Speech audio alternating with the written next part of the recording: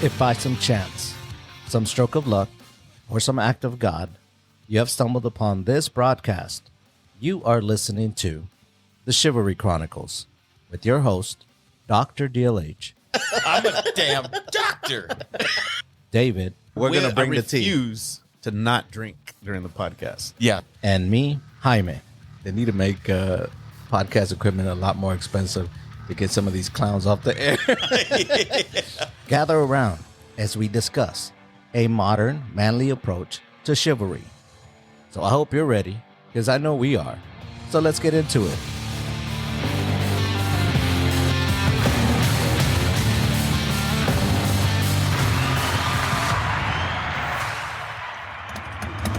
Yes, sir. You hear the roar of that engine? We're coming to you from the Chivalry Clubhouse. That's what we're going to call it, the Chivalry Clubhouse. So today, since we have a little time, I figured David and I would discuss, we'll do a little motorcycle talk. David rides a motorcycle as well as I do, and we wanted to talk about it. Kind of give you some tips, figure out how David got into it. You'll hear about how I got into it. It's one that I've been wanting to do since we started the podcast. There's not a lot of, it's a lot more information out there now, but growing up, there wasn't a lot of information. Either you knew someone with a motorcycle, or there's really nowhere else to get it from, right? So let's get into it. David, I guess, do you want to do your intro on your bike, or do you want to tell me how you got interested in motorcycles?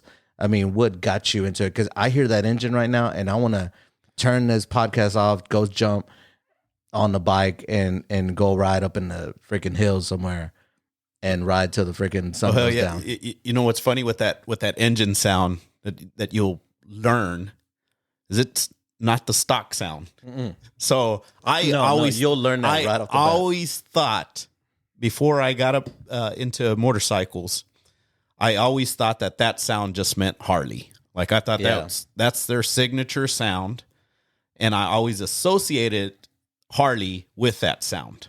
Yes. And lo and behold, I start looking at motorcycles and go to the dealers, and they turn theirs on, and it's just like, and I'm like, this doesn't sound like Harley. Did you guys change it? And he said, no, this is the stock sound. This is stock. And I said, well, what about that deep sound? And he go, okay, no, that's aftermarket pipes. Oh yeah. And I'm like, what the heck? The whole time I thought it was the Harley sound, and it's not. It's aftermarket pipes that you put on. But I don't know that you can necessarily put them on just any bike, right? No. It's a distinct sound with the motorcycle, with the actual engine. But you need at least a stage 1 kit for it to sound like a Harley, like what everyone associates the sound with. Absolutely. Now, Absolutely. Yeah, the actual pop, I guess, that pop, that's the actual sound of the engine. But you can only hear it with the stage 1 kit. Yeah. That's exhaust, maybe an air cleaner. And then you can go from there. Like you can do a cam, switch out the cam. You can, have bigger bore heads and stuff like that. I mean, it's endless from there, but you need at least a stage 1 kit. Yeah. But anyway, we're going to head. Yeah, absolutely. Because I know whenever it comes to like technical details of specific bikes and so forth, that is not something that I'm very versed in. However, I kind of to kick things off and how I got into motorcycle riding in general is I was already an adult in my 30s, in my almost mid 30s at the time. You know what? I've never heard this. Now I'm interested. Yeah, I didn't know that. So essentially, I was pushed to get into it. Really? And I say that because I had always told myself, hey, if I make bukus of money, because I the one thing that I did know about Harleys is if I were to ride a motorcycle, it's going to have to be a Harley. I saw all these other motorcycles. Why? But it wasn't a Harley, and I didn't like it. And part of it is the sound of the Harley, the feel, what you see in the movies, kind of the glamorization of it, and unfortunately, some of it is on the negative side. But just that that free, rugged, I do what I want to do when I want to do it, kind of that a little bit of a rebel culture embedded in it. Yes. So I gravitated to it, but I also knew the price tag on a Harley was really high. So in my mind, I had always said in my mind, okay, if I just make a crap load of money, I'll get into motorcycle riding, specifically a Harley. I'll get a Harley, but I'm not going to ride it on the highway because I wouldn't be too scared. I'm just going to ride it in residential areas, which I'd probably get in trouble overall. But that was my mentality. Wow. Well, okay. I'm in my mid 30s, and I guess it's a little bit of a sad story, but I picked up a hobby as a result. But I was going through a divorce and trying to save my marriage at the time. And one of the things that my ex had remembered when she was younger is her dad taking her on a motorcycle. And she kind of wanted to get into riding a motorcycle as a result. So in that course, I come home one day. We're still trying to work things out. I come home one day and she's all, guess what I got? And she opens the garage and lo and behold, she's got a brand new Harley motorcycle sitting in the garage. And I'm like, wow, what the heck? And I just kept my cool, and she's all, yeah, I got it earlier today and blah, blah, blah. And I got my motorcycle's license now. And she had did all of this all within a matter of 3 days without, I don't want to say without me knowing. It was something that she was indicating she was going to do. I just didn't know she was physically actively pursuing it. Right. And so she gets that motorcycle, and I am like, okay, well, I don't know how to ride a motorcycle, and I'm sure as heck not going to ride on the back of a motorcycle Why not, with man? you. So I'm going to have to take some classes. So within, I don't know, maybe a week or 2 weeks after that, What did she get though? she got a Sportster. Okay, 1200, 800. Yeah, or you know what? I don't remember the specs. Okay. Probably a 1200 is what I'd imagine. Yeah. Just a So the smallest bike that Harley, other than the Buell, which is still Harley, but okay, so this is the smallest bike. yeah. Okay, Yeah, gotcha. so she got it, and what year was this? it had to be 2012 or 2013, somewhere along there. Okay, So anyways, as that happened, and I said, well, okay, if this is a hobby we're gonna do together, I'm gonna go take the classes so I know how to ride.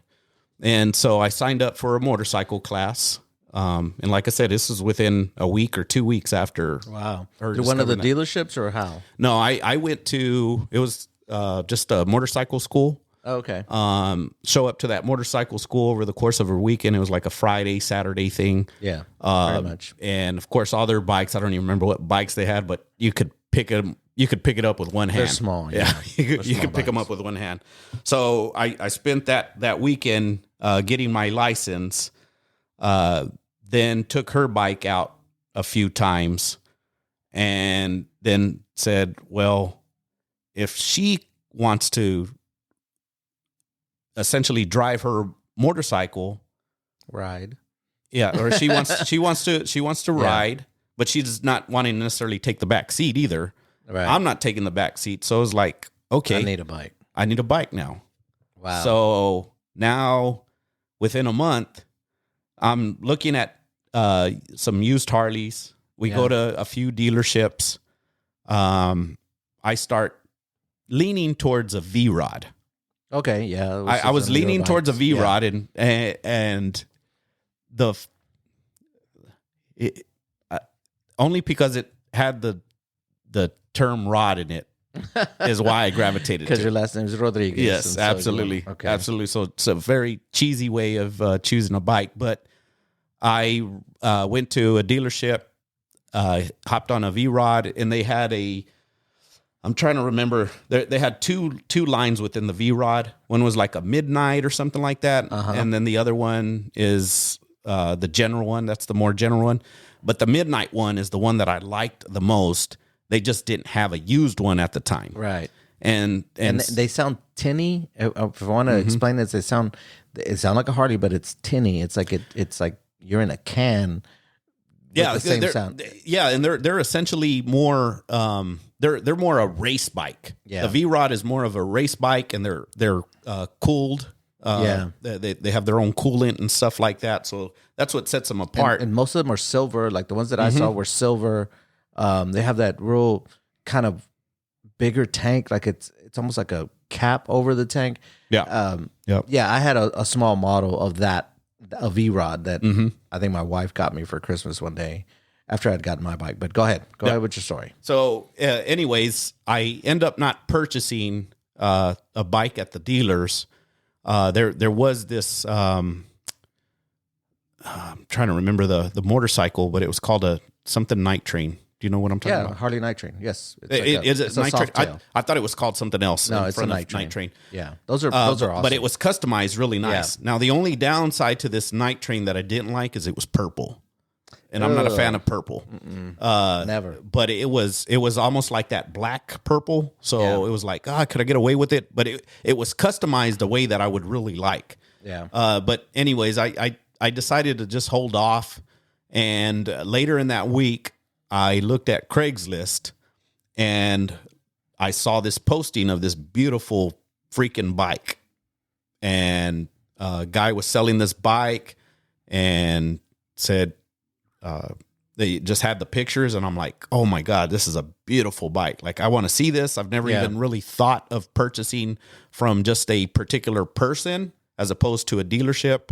I've always, even with general cars, I've always gravitated to, I'm going to go to a dealership where if something's bad on it, maybe I could sue them or something like that. I don't know what it is. But anyways, we go out to this guy's house.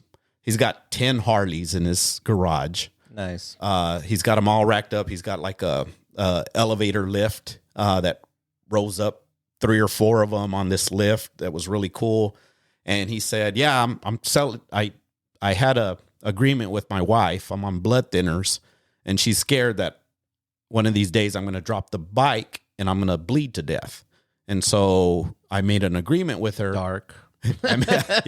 He goes, I made an agreement with her that I would sell a couple of my bikes and get a trike. And he goes, I wasn't really leaning towards a trike, but check out my trike. And I go and check out this trike, and it's got more features than a Cadillac times 10. Really nice. So anyways, he's like, that's why I'm selling this bike and this bike.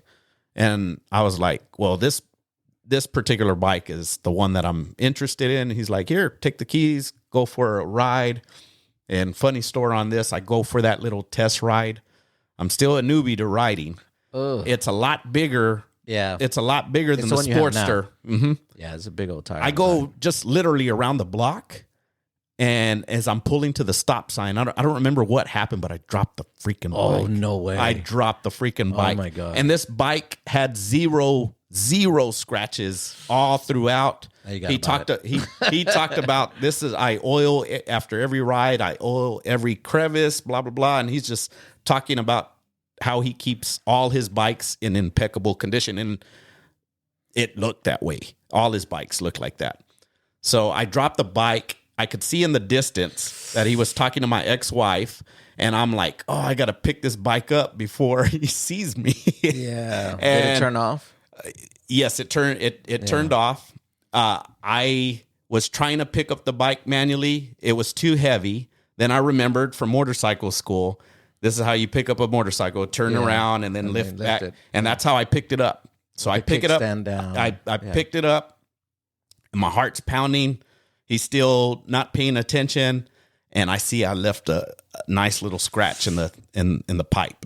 Oh, and I'm like, I still really like the bike, but now I'm scared. Now I'm like, fell to your right. Yeah. Now I'm scared. Like, is this bike just too big for me? Like, it even felt like I couldn't reach the pedals. It was almost like as a kid where you go from that little bike and then you get the upgrade, and now you kind of have to reach a little bit more. And it just, I was just really scared from that point. So I didn't really I didn't really do much of a test ride, but I go to his house and I'm like, feeling obligated now. I better buy this bike. Maybe I'll just sell it. Maybe I'll just immediately turn around and sell it myself. I felt like an idiot. I'm scared. And I said, yeah, I'll take it. So I go. But is that the reason you took it, or you just? No, I love the bike. Yeah. Was beautiful to me. But anyways, I go get the check, all that other stuff. And now I have to take it from the north side of San Antonio. As fearful as I was just driving around the block, and I have to take it from far north central San Antonio all the way to my house over almost nearly southwest San Antonio. Okay. And did that ride, just my heart pounding the whole time, saying, just stay straight. Don't do anything drastic. Just get it to the house and park it. Were the pedals like forward, Yes, forward to a straight leg, or mid? They were forward, but not fully extended on the straight leg. Yeah, Okay. Not fully extended. In my mind, they were. In my mind, it was like, oh, man, I I'm too can't short. I'm too short for this bike. Yeah, I can't do is what I was forward doing. controls. Mine are mid, or like right below my feet. But go ahead. So yes, I get to my house. I then end up telling my ex, like, hey, this happened. She's like, really? And I said, yeah. You see the scratch? That's me. That was me. And I just felt really scared to ride my bike for about that first month, and then I got on it again. Just kept riding, and discovered how comfortable it is. Yeah. Not necessarily for long runs, but it was comfortable. It's an iterative process, right? The more you ride, the more you get comfortable with it. Case in point, like if you get your bike and it turns winter, you kind of don't ride it as much. The first time you take it out in the spring, you kind of have to get back into the two controls, the brakes, the gears. Before you kind of start leaning right into it. Yeah, and the big difference too is what I practiced in. Like I mentioned earlier. Yeah, it's a smaller bike. Yeah, I could stop Absolutely. with my foot just like I did with my like bicycle. Red Flintstone and shit. You stuck your front foot in the front tire. Exactly, and popped exactly. And so now this bike is a lot heavier, but I'm learning. So to kind of end the story on how I got there, ultimately what I got was a 2009 Harley Rocker C. Now they made this motorcycle for only 5 years. And it was around that time period that the what was that show, the OCC or the American Choppers or whatever. Chopper. I want to say that's what inspired the bike. The chopper style was coming into fashion, and Harley said, we want to mass produce a chopper style motorcycle, and they came up with the Harley Rocker C. Now, what the particular guy did to this motorcycle is beyond the stock. So my front wheel is a custom wheel. My back wheel is a custom wheel. It's a big old tire in the back. Yeah, big fat. And the forks are long. They're kind of raked out a little bit more. So it kind of looks like an American chopper style. If those of you that don't necessarily know what it is, if you've seen an American chopper episode, it's kind of like that style. Is what it looks like. So the customizations are there. Everything was there, and to this day I think my bike is beautiful. No, it's really nice. It has a great paint job. It does have a unique style. You don't see those a lot. I think I've seen a couple on the road, but you just don't see that particular style out on the road. Okay, so that's what got you interested, and you told us how you got your license. You told us why you picked that particular one and how you decided on it. I guess I'll tell you my story. Yeah. So you started in your mid-30s, right? Mid 30s. Midlife crisis. I can tell you The first quarter. I can tell you when I wanted a bike. And I was 5 years old. My mom gave me like a spiral notebook, and it had a motorcycle on the cover. And I was like, what is that? And I want one. And that's when it started. That I can trace it back to that moment.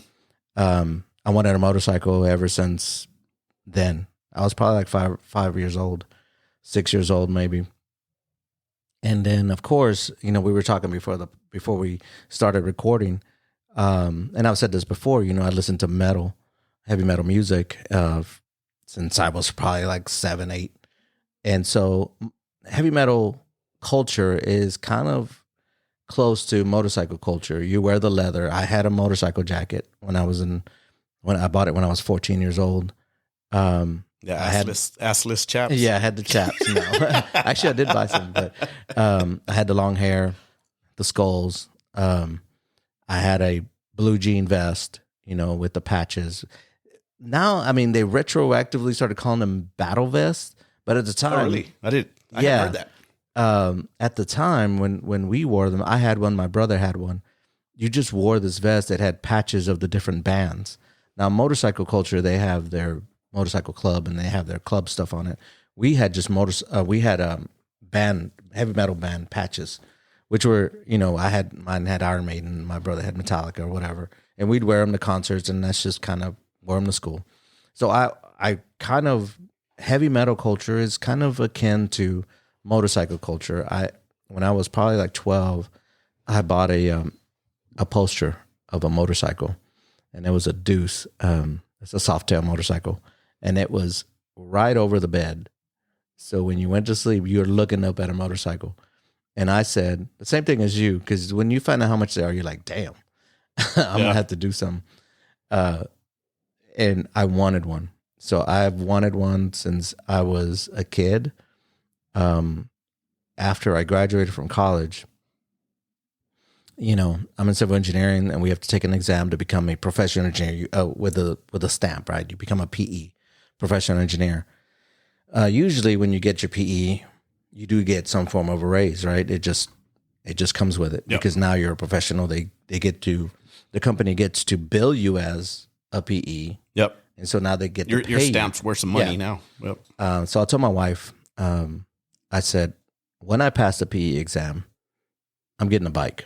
No questions asked. That's what I'm doing. She's like, okay. So this was I passed the exam, I think it was like 2004. And I went and got a bike, right? I had already researched bikes. If you know me, you know I do extensive research on anything I buy that's worthwhile. And I had been doing, all kinds of research, not just on Harley too, because I was like, do I want a Harley? My inner self, my 13-year-old self says yes. But my practical self, I think I was, almost 30 at the time? Yeah, something like that. Or a little over 30.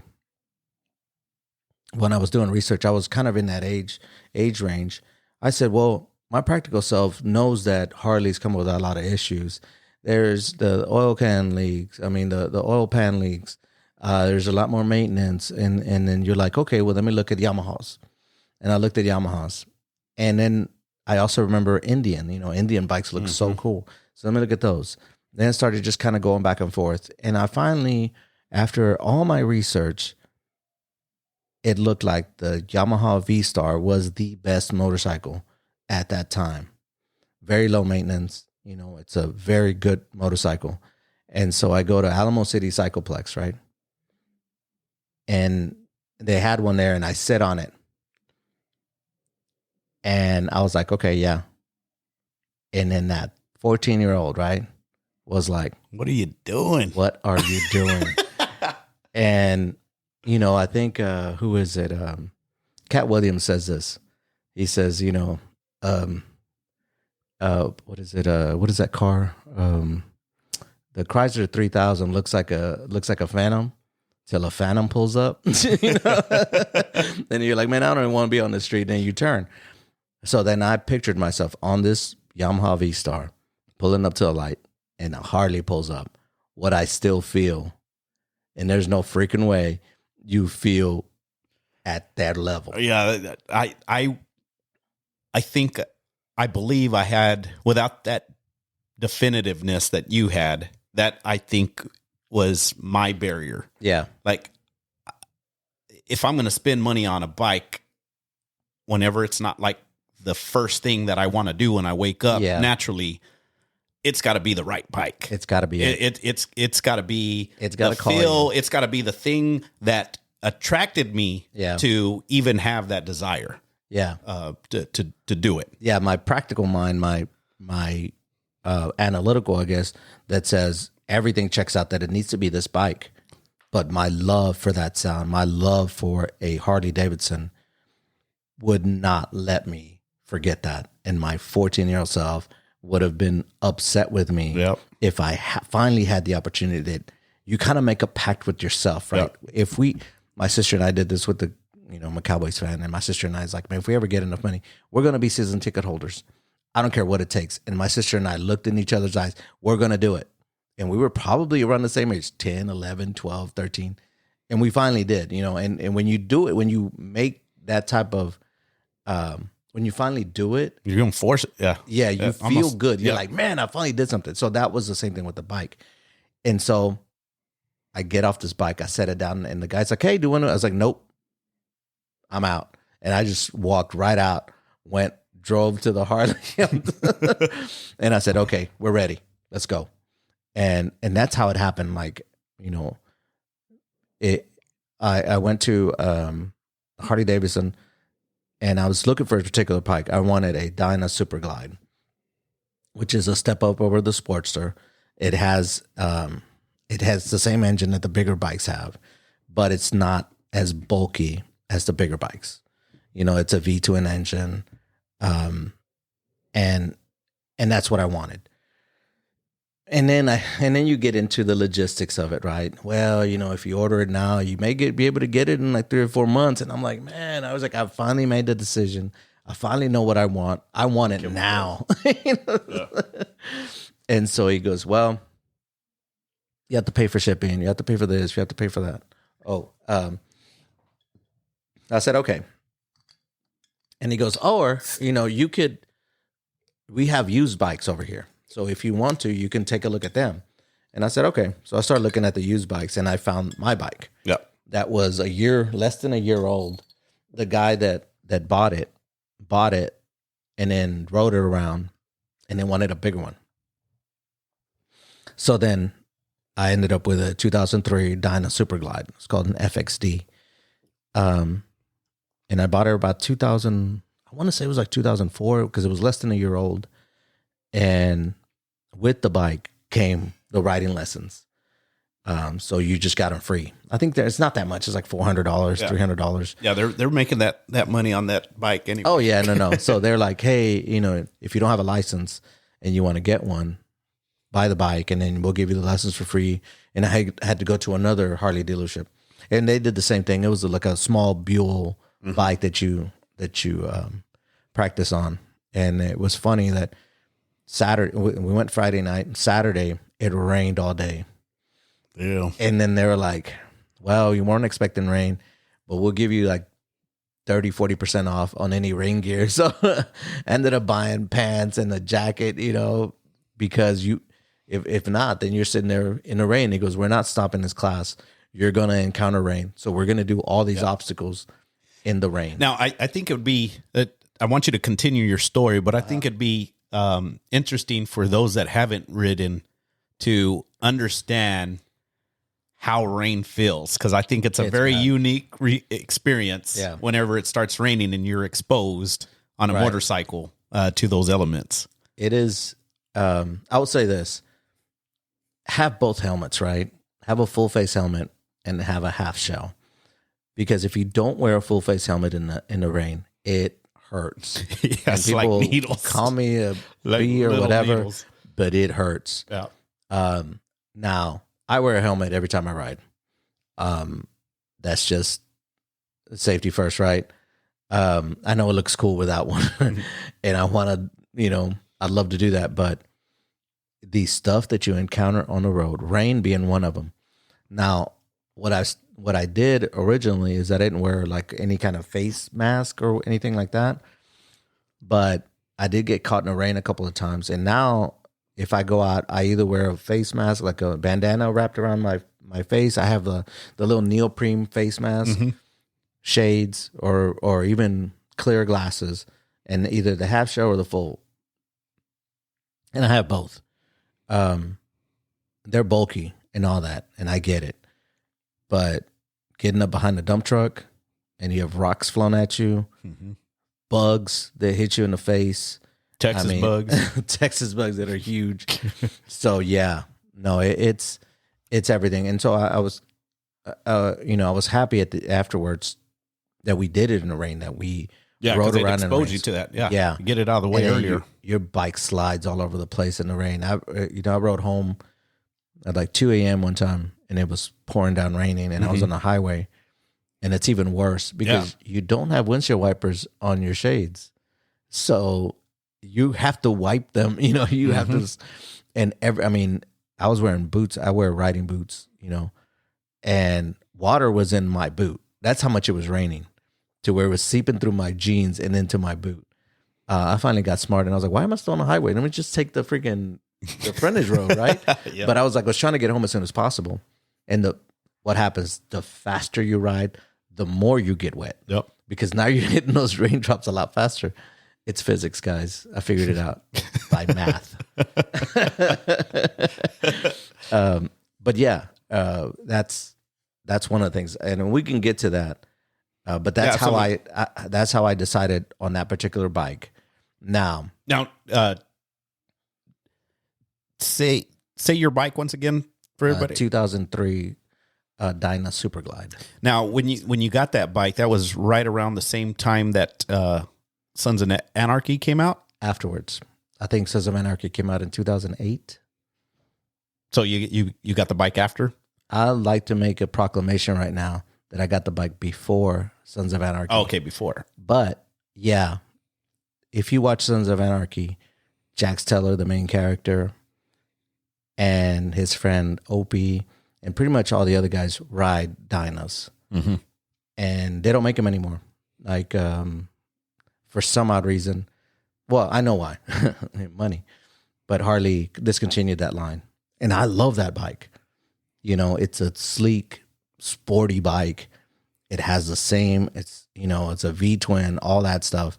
But it's just, it doesn't have the huge front end like the other big bikes, which I didn't like. I didn't want a bulky bike. I wanted something that you could handle.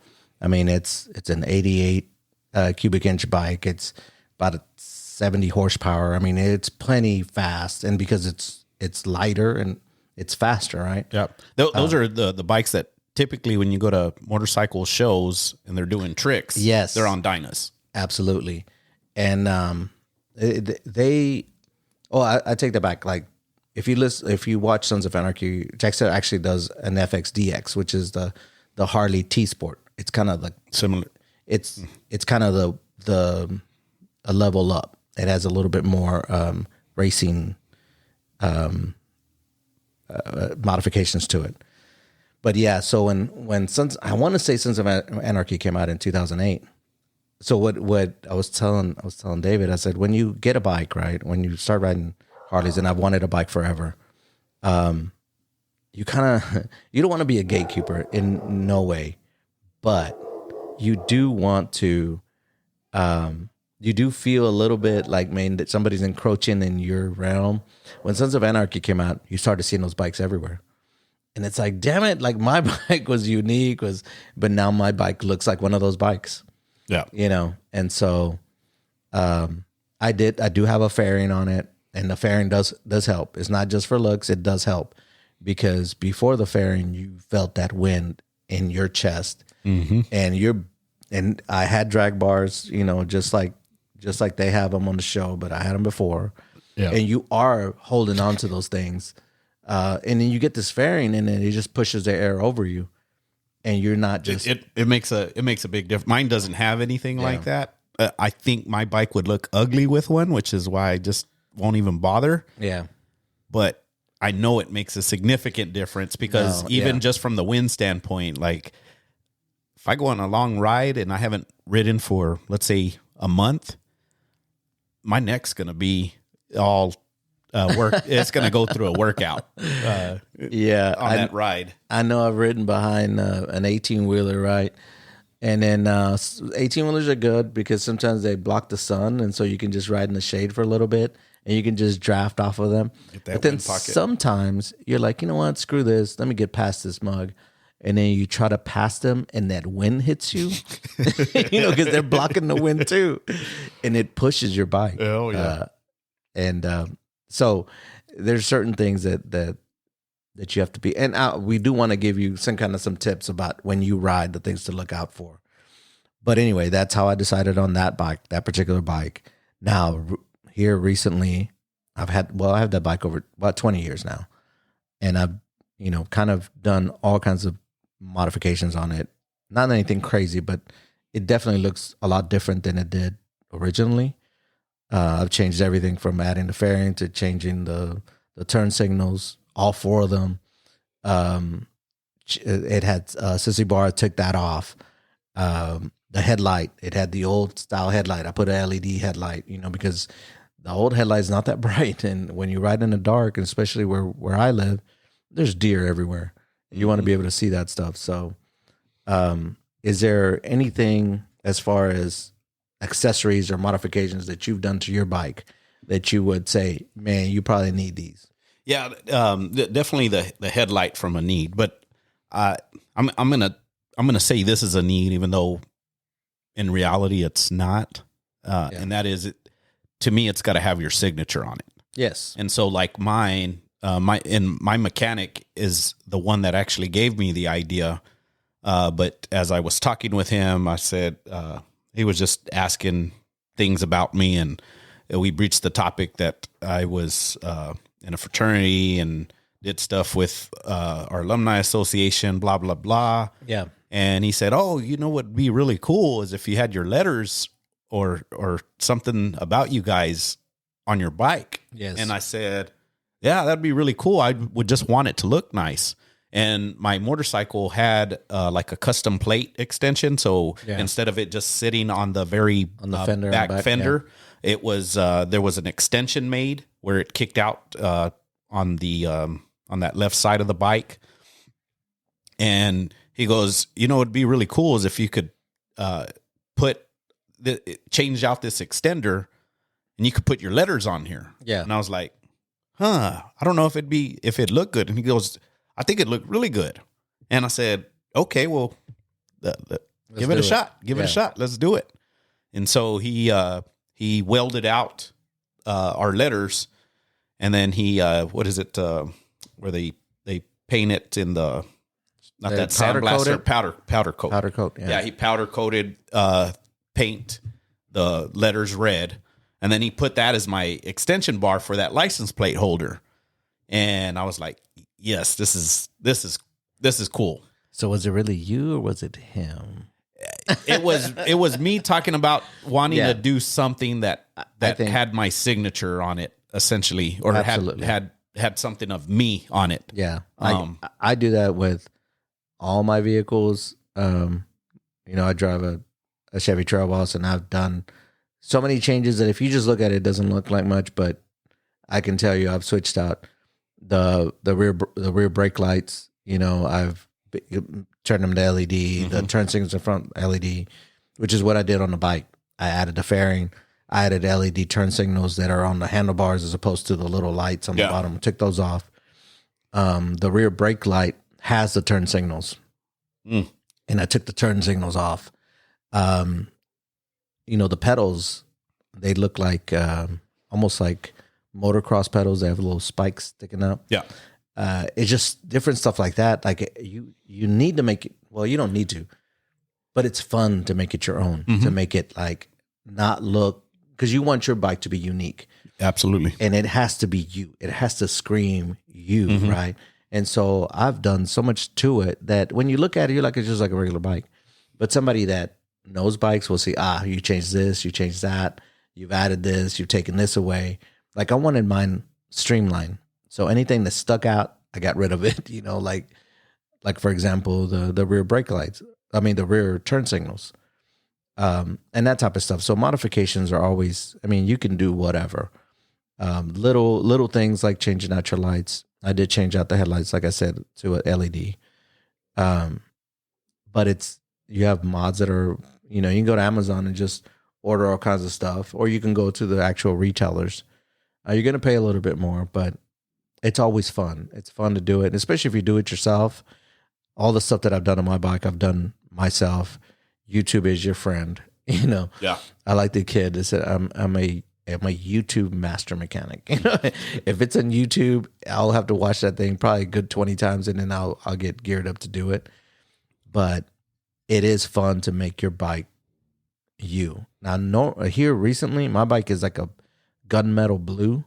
It's kind of like a pearl. It kind of shimmers and stuff, you know, kind of like yours. Yours is red, and it kind of is like glittery sometimes, like if the sun hits it, it's right? got that pearl or whatever it's called. Man, I've been sitting here thinking the past couple of months, I'm like, I'm just gonna paint it a glossy black. You know, I just wanted to just go black. Yeah. Quick story.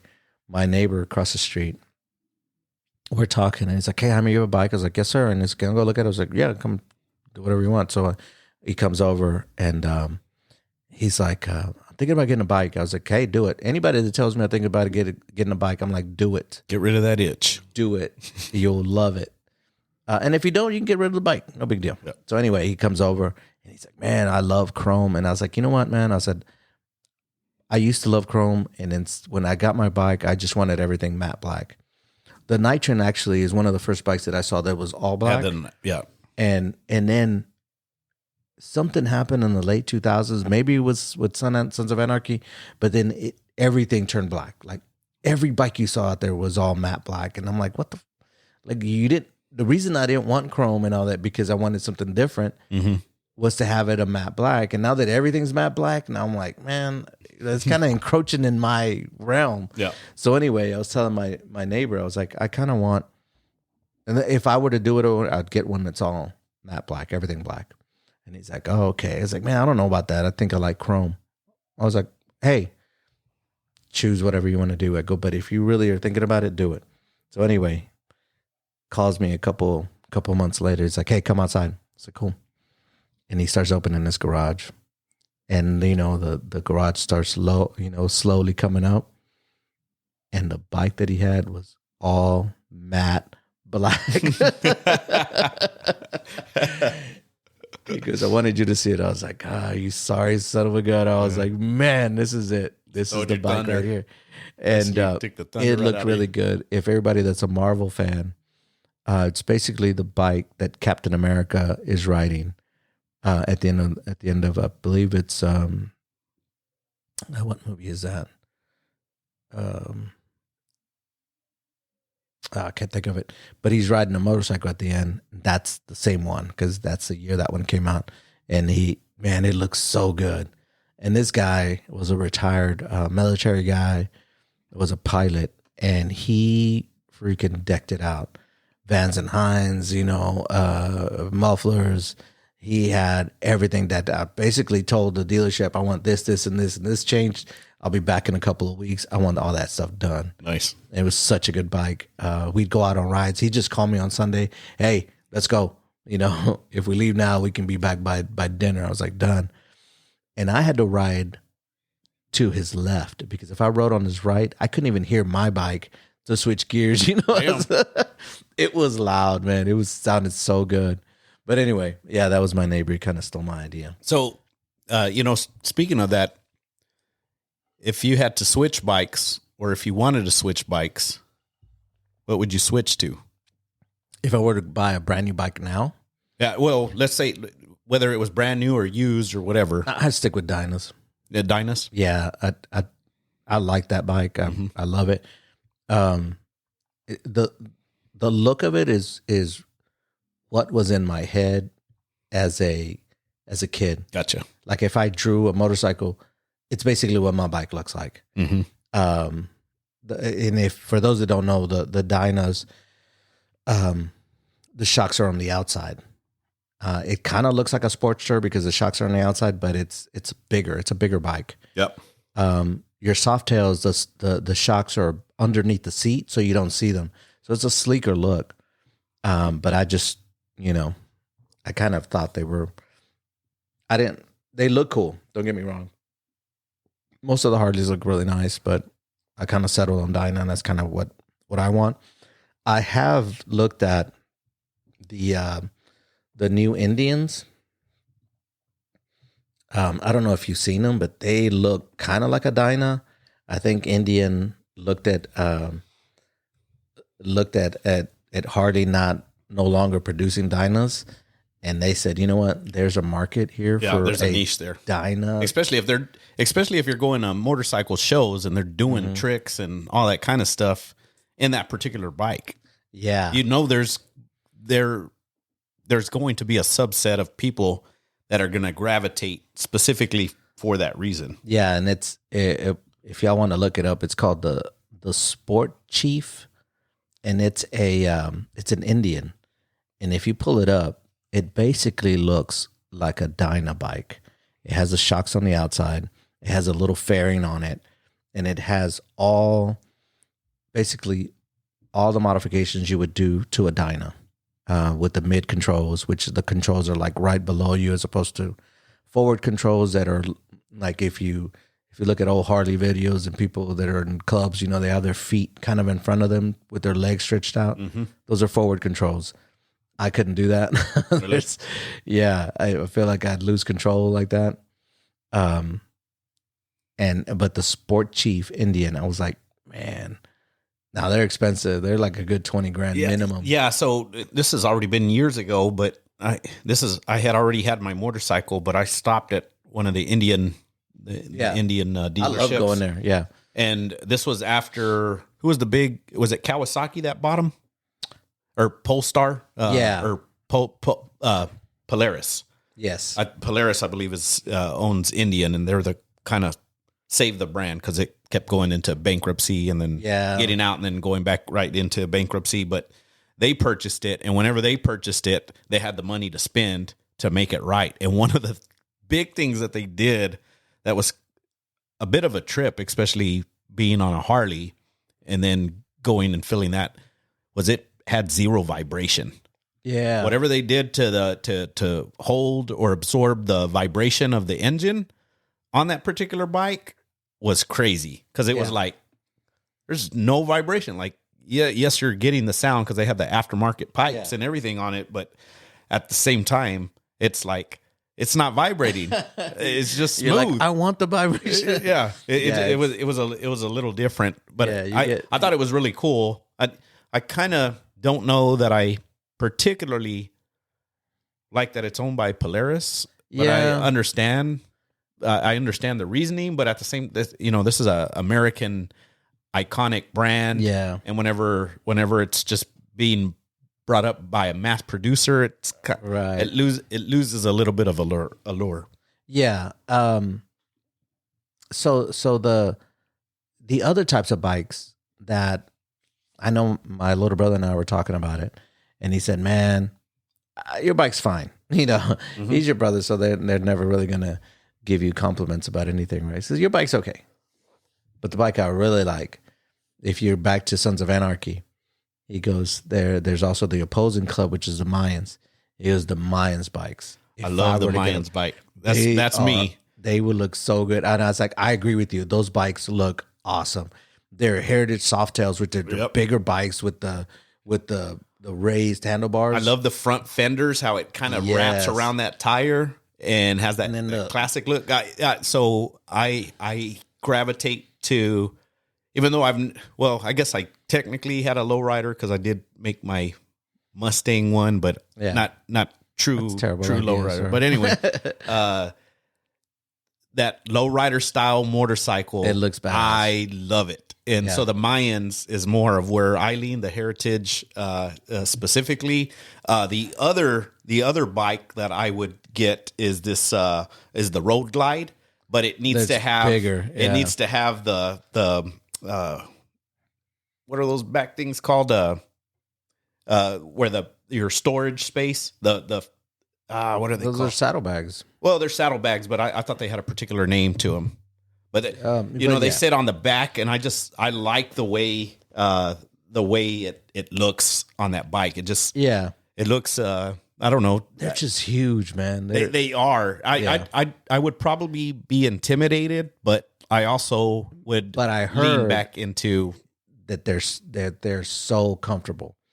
Like my bike is not geared for long runs. Like those are touring bikes, right? The ones you're talking about. Yep. My bike is geared for kind of everyday type, not a long ride. Same. Now, have I taken them on I've taken it on about a 3-hour ride, and I didn't have a problem with it. A 3-hour tour. Yeah, I was younger then. Now, don't get me wrong. I was younger. This is probably like 15, 16 years ago. Yeah. But those, I think the biggest I would go is probably one of those Mayan motorcycle bikes. Heritage. Like they're big, but they're also kind of not as big as a freaking, some of the bigger bikes that Harley has. They look cool. I don't know how much I would sink into it with ape hangers, like as tall as they are, like 14 inches, like. Yeah. And you know what's funny with the ape hangers? I've sat in some display bikes and put my hands up, but for long periods of time, I hear it's better. Really? So your arms don't fall asleep. See, that's depending on how high they are. Yeah, that's the thing that comes to mind for me. Like, would my arms fall asleep? Because my hands already go numb with my current bike. Yeah. So I know I have to wear like gloves, and it kind of helps that. You should always wear gloves, though, sir. Yeah, I don't always wear gloves. Now, my bike, similar to yours, it's not necessarily meant for these long trips. You should wear gloves. Although the time. I've been on an 8-hour doing the Twisted Sisters west of San Antonio. That was about 8 hours of riding. Well, maybe it was 6, but you count in the times that I stopped. It was about an 8-hour day. Yeah. No, I've ridden for 8 hours, but not continuously. This ride was a 3-hour continuous. I've done that, but you're going to run out of gas. Yeah, your hands do feel a little. Yeah, they start getting numb or whatever, and it's weird. It just happens that way. So we were talking about particular types of bikes, but then maintenance. If we want to get back into why you picked that bike, Expensive. Yeah, what do you do as far as maintenance for your bike? Like, is there a routine you have? Is it every 6 months? Is it every 3 months? Is it every time you ride it? What do you do specifically to keep your bike running well? A whaled oil machine, I guess. I think with me, it's just what you should be doing with any vehicle that runs on engine oil or I'm sorry, on gas, but leverages oil. Right. You want to check those levels, look at that kind of stuff. I'm not a mechanic. Obviously by trade, but also I'm a novice whenever it comes to getting in depth. But it's just overall looking at the bike, seeing things or noticing sounds. Well, that's the question. How often do you get it? Do you change the oil? Yeah. So what does it cost you? It depends on how much I'm riding, but I just did this summer. I did the engine overhaul where the full maintenance stuff. So draining all the different oils and such. Getting that done, that runs about $400 for all that. I just had my tires replaced. My tires had a lot of thread, but they were old tires, and so the mechanic said, "Hey, FYI, you have some old tires here. They have plenty of thread, but at the same time, how much you pay for that?" I paid almost the same. $2,000. I paid about $200 less than I paid for a set of 4 tires on my Ram pickup. Wow! So I talking about $1,200. I paid all in with the changing of the tires and stuff about $900 for my set of 4 tires on my Ram pickup. It was $1,200. Yeah, and I paid $1,450 for mine. Yeah, I could not. Boss. I could not believe how expensive. And I picked up my tires cheaper than what I was anticipating to pay.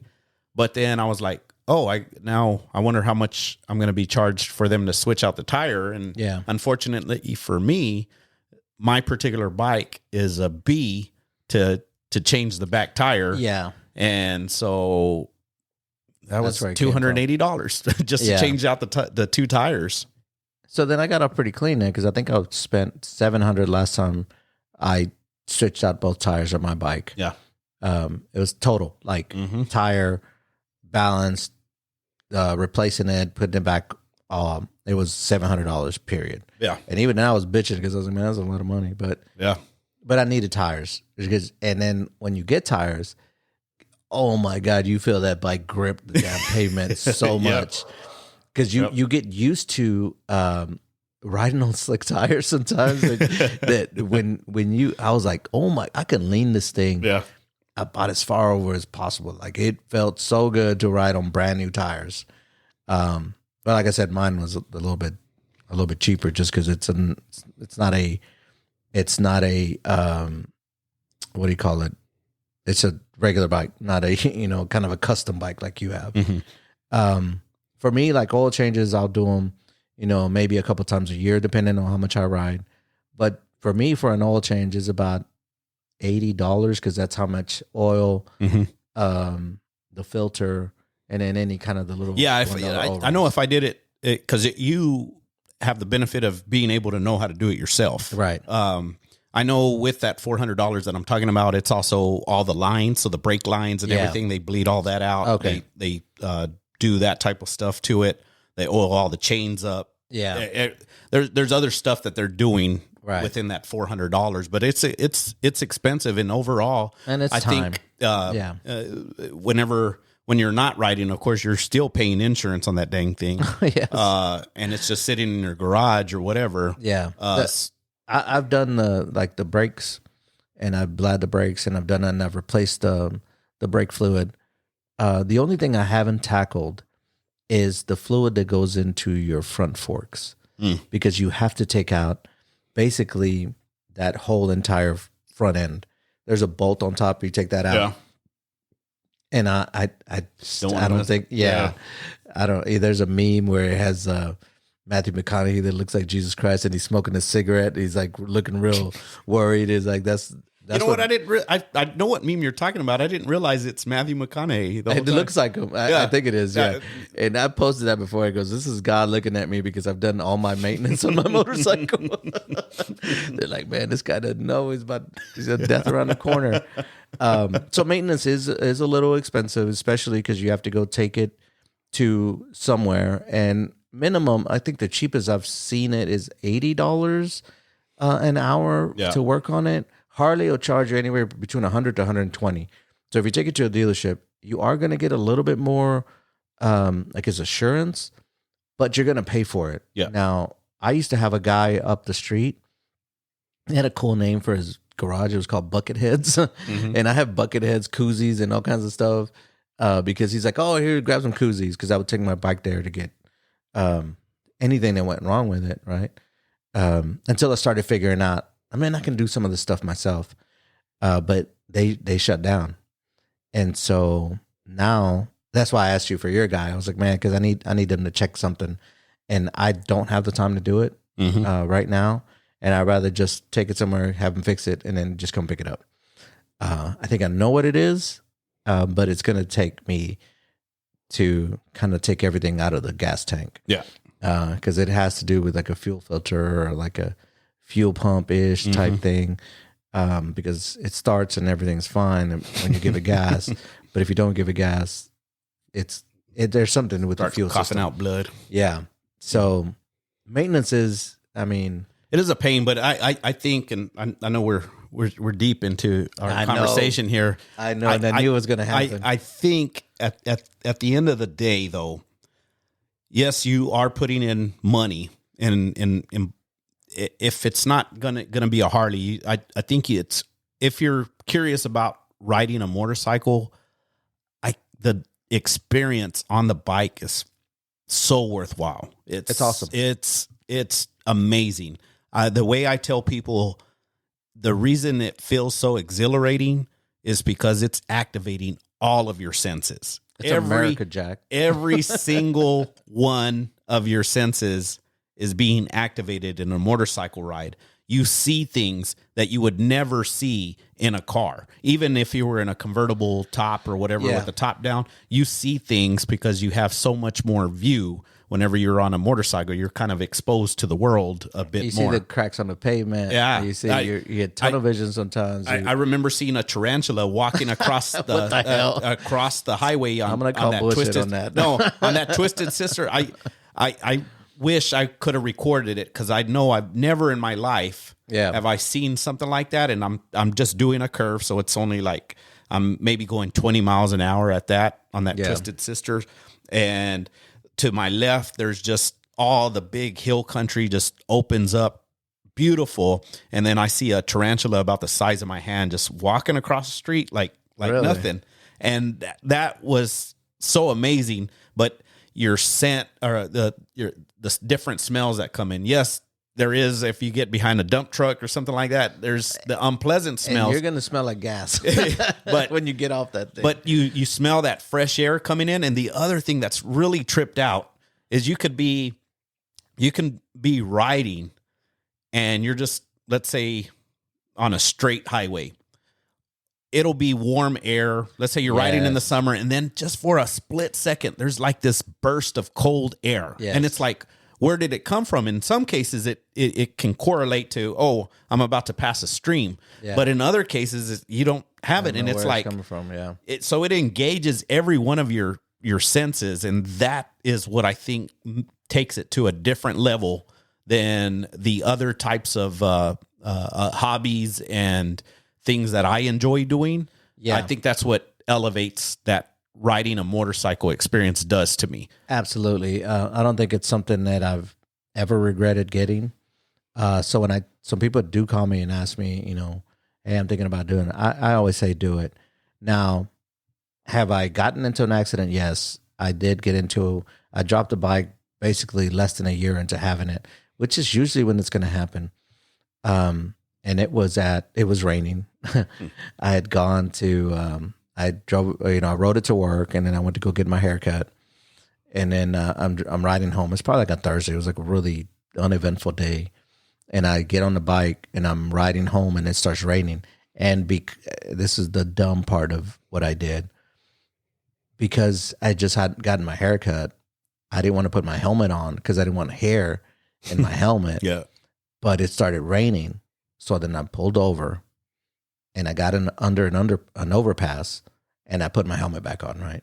So I was smart with that. But then what I did, I was like, you know what? I need gas anyway. It's raining. It started raining really, really hard. And I said, you know what? I'm just going to stop by the gas stations right up the street.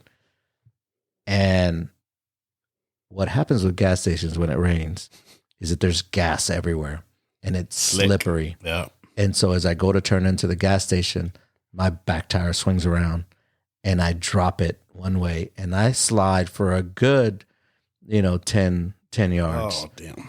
And, I get up and I pick up the bike, and I can't get any leverage because my boots are slipping. Mm-hmm. So I start walking slowly, right, trying to push the bike. And I call my wife and I tell her I'm fine, but this is what happened. Which gets into kind of what you need to look out for. I think David and I were talking. I was like, I get cut off. You're going to get cut off. That's just the way it is. Yep. Is there any tips that you want to give the listeners that will think about getting a bike that they need to look out for when they're riding? We'll go through some statistics. I pulled up some statistics about accidents and motorcycles, because inevitably when you get a bike, when you think about getting a bike, you are going to get videos about people getting into accidents, because I know I did. And people are going to try to talk you out of it. And I'm going to ease your mind a little bit. If you're concerned at about 70%, I'll get you to a 65 about some of these accidents. But do you have any tips? Yeah, I think the biggest thing is you have to be, remember, all your senses are engaged. And you need every one of those senses when you're riding. Mm-hmm. You need to be aware of what's going on around you. Right. You need to be aware of what's in front of you. You need to be aware that the other person may or may not be thinking. They may or may not be on their phone. They may or may not be arguing with somebody. Got laid off. Yeah, they may be going through all. So whenever you've gone through defensive driving, where they essentially, the reason why it's called defensive driving is you got to be on the defense. Yeah. So you just have to be aware of all those situations, and therefore it requires you to pay attention. Now, the good part in that is you generally will pay attention, because once again, all your senses are engaged when you're riding. It's not like, oh, let me check my phone, I'm kind of bored here. You're moving. Is there a particular lane you ride in? I'm going to tell you the lane I ride in. I ride in the fast lane, because the shoulder. Absolutely. So I try to do shoulder. The lanes. far left lane because you have the middle, the median. I guess not the median, but there's between that lane and the concrete barrier or something. There's a space to where if you get cut off, you just roll into that one. Yep. I never try to ride in the middle lane because that's dangerous for a motorcyclist. So either ride in the far left lane or the far right lane. Absolutely. Because you have a way out, and you will get cut off. Yep. Don't ride in people's blind spots, just like in a car.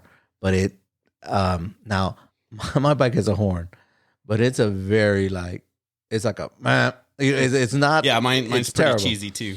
And so horn doesn't work, and because you're such a small surface area, I guess you're a lot smaller than the car. And what sucks is that people are used to seeing two headlights, and so they associate two headlights with a vehicle.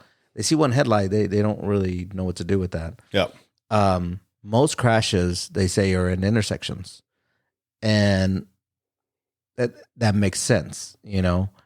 And a lot of the wrecks, I know when I took the course, they said a lot of the accidents happen in parking lots because people are backing up or going in or trying to get that spot, and you're coming in and you're too small for them to see. Notice. You. Yep. Now, some of these accidents, recently, I think they've spiked up for whatever reason, and you do have a lot of fatalities. Like I always, perk up a little bit when we get up in the morning and we're watching the news, and then it's like there was a fatal motorcycle accident on, Highway 10 or I-35, and it was at 3 a.m. Mm-hmm. And I'm going to tell you right now, here's why they happen. Fatalities, like fatal accidents. It's speeding, it's alcohol. And most of the time, it's unlicensed drivers. And sometimes it's all three. It's speeding, alcohol, and unlicensed drivers. So if you eliminate that, don't drink. Have I drank? Yes. Have I had a couple of beers? Yes. But don't do it. You know what I'm saying? Like, I think I limited at, I think it was like 2 or 3, and then I'm done. I'm like, man, I'm on the bike. I'm not going to drink anymore. Wear a helmet. Wear gloves. Wear all the protective gear, because if you get into an accident and you're not wearing gloves, say goodbye to your hands, man. You are that first layer of skin is gone. But when I started looking at statistics, because you kind of want to look at them, it was alcohol and speeding and unlicensed drivers. If you're not one of those, then you know what? I think you're good, and be a defensive driver. Anything else you can think of? No, I think those hit the high points. I mean, those really do hit the high points. So I think it's time to come to a board approval. So, board approved. Is it a good idea to go get a motorcycle? Well, let's make it better, because we both think yes. Absolutely. Right. So maybe board approve safety gear. I don't know. Like what can we? Because I don't want it to be a simple yes. I think it is a simple yes. No, I guess I would motion that riding a motorcycle is an enjoyable hobby to have, as long as you're taking the proper precautions to make it happen. I'll agree with that. Yeah. Okay, so there you go. Board approved. Get that hammer. Let me MC get that hammer. gavel. So there you have it, folks. Board approved. Yeah, so that concludes.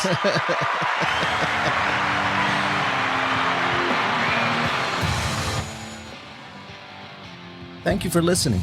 If you enjoyed this episode and you'd like to help support the podcast, please share it with others, post about it on your social media, and/or leave a rating and review.